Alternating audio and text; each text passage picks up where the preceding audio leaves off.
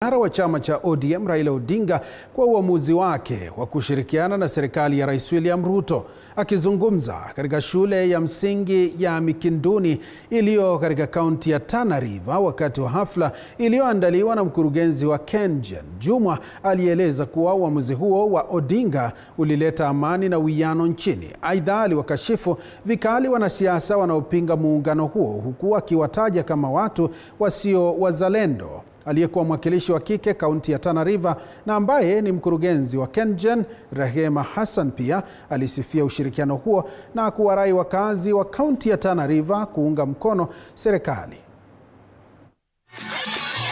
Mimi nataka kusema hapa ya kwamba kile kitendo ambacho watu wanamkashifu Mheshimiwa Raila Odinga kusema amesaliti wa Kenya, ameenda kuungana na Mheshimiwa Ruto, yeye sijui amesaliti wa Kenya, ako serikalini. Nataka niwaambie hivi, Mheshimiwa Raila Odinga awe serikalini ama hayuko serikalini, hayo ni 9.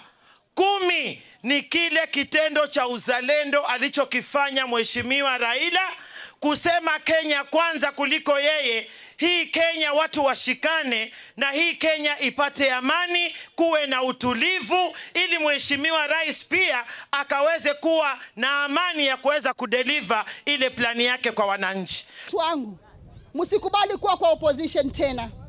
Msikubali. Ninamshukuru Raila kwa kuwa amekubali kufanya na William Samoei Ruto kazi, na sisi sasa tuko kwa broad base. Kwa hivyo hata nyinyi watu wa Hola mkisema hamtaenda kwa Ruto, mtaenda kwa serikali gani? Kwenye taarifa nyingine